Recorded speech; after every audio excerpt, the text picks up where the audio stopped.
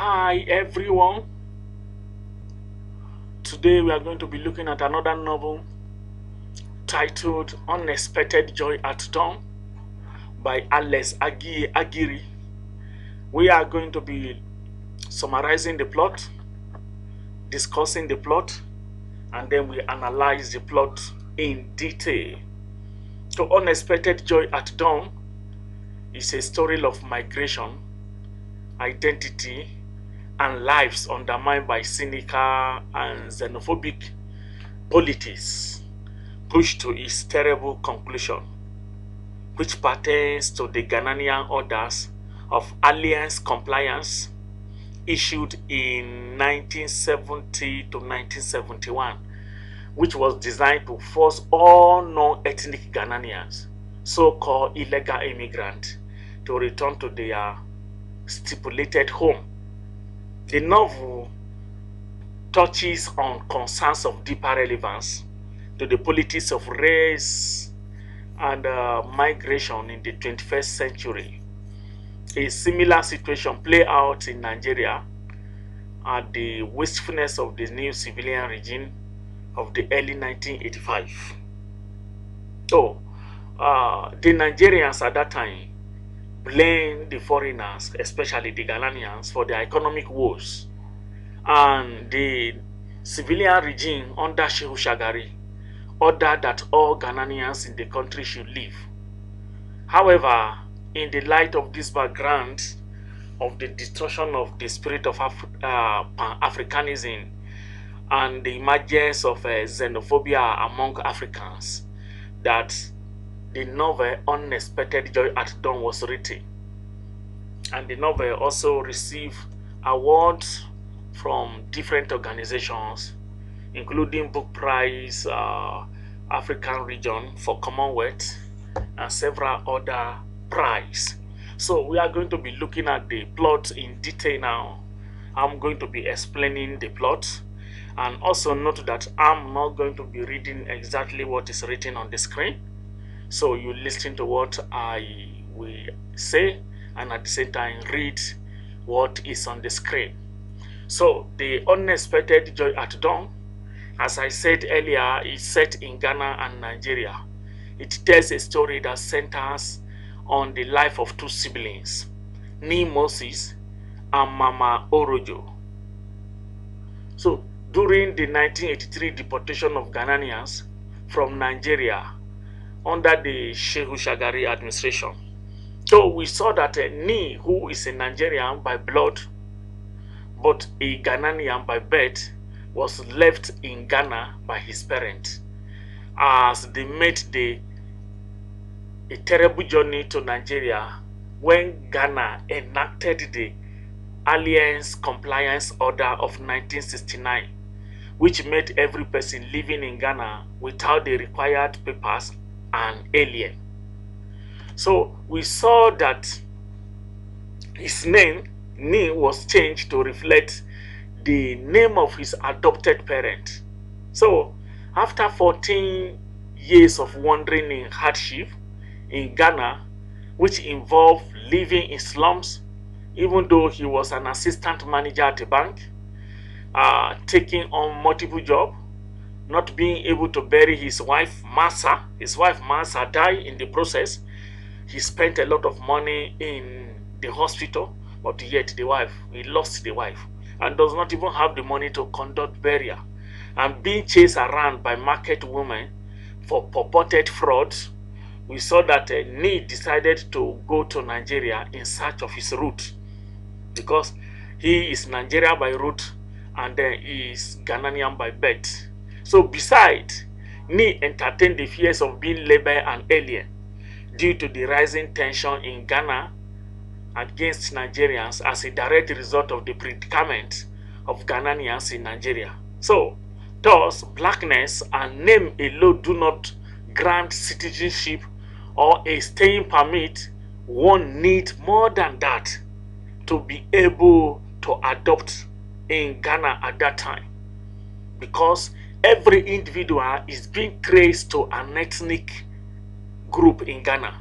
So if you are not traced to an ethnic group in Ghana, even if your name is a Ghanaian name and your complexion is that of the Ghanaians, you will not be permitted to live in Ghana.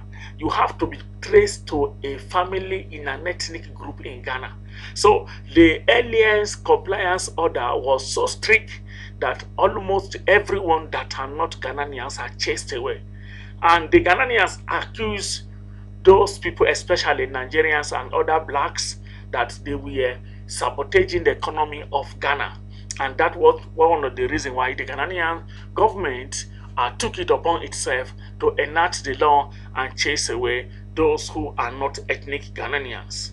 So after making a dangerous journey fraught with death, bribes, swindles, and gunpoint robbery, and making it to Nigeria, Ni realized that again, tribal marks, color, and a name do not also make him in Nigeria. When he was in Ghana, he adopted the name, a Ghanaian name, and then he looks like Ghana because he was black. You know, the environment to make every child born in Ghana almost black like them. But yet, he was not considered as a Ghanaian. Now, he returned to Nigeria, that his root. At the same time, he was not considered as a Nigerian because something like tribal mark is required. And apart from tribal mark, name is also considered. And then you have to even speak one of the native language in Nigeria for you to be recognized as a Nigerian. So more so is required, and it is the more which need lack the most, such as the ability to speak a Nigerian language, how to speak like a Nigerian, and at the same time, even though you can speak Nigerian language, you have to speak like Nigeria, and then dress like Nigerians. So Ni was exposed.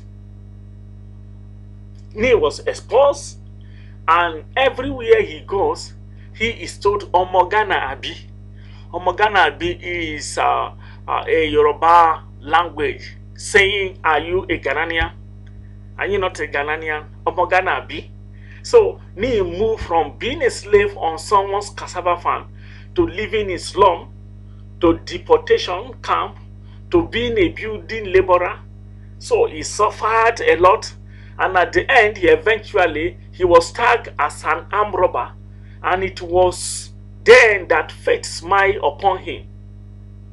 So, why all this is going on in Moses Taki's life? Mama Orojo had also gone to Ghana in search of her brother.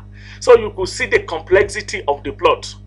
Why Ni returns to Nigeria to look for his root? His sister, also Mama Orojo, has gone to Ghana to look for his brother. So Ni was in Nigeria to look for people like Mama Orojo. Mama Orojo also have traveled to Ghana to look for Ni. So it was complex. And we saw that when all efforts failed in reuniting with Ni, that is Mama Orojo in Ghana, all effort failed to reunite with Ni. Mama Orojo, in the process, fell in love with a gold dealer, which is called Joe, who was a customer of Expense Bank, where Ni had worked as an assistant manager. So it was in search of Ni that they realized the enormity of the problem they had at hand, including the burial of Ni's wife, Massa. Because even Mama Orojo was not aware that Ni's wife died until when he got to Ghana. So Massa was in mortuary. Then even to find Ni Moses also was difficult. So we saw that Mama Orojo could not find Ni, and then Mama Orojo later returned to Nigeria in the company of her newfound lover, Joe. Meanwhile, in Nigeria, Ni is living a life less of a slave, a very difficult life. So we saw that Ni and Mama at the end, Ni and Mama Orojo met under very strange circumstances. after Ni had absconded from a deportation camp in company of his friend Erosuru and was hiding in an uncompleted building. So the people had taken them for armed robbers. He and Aaron tried to escape, but Aaron died in the process. And just when Ni thought it was all over for him, Mama Orojo and Joe, her gold dealer lover, saw Ni, which led to an unexpected joy at dawn. So we saw that at the point of giving up totally and committing suicide, Ni encountered Mama Orojo and Joe, and then his life became better because they took him up, they helped him, and then he also become like one of the citizens in the country Nigeria.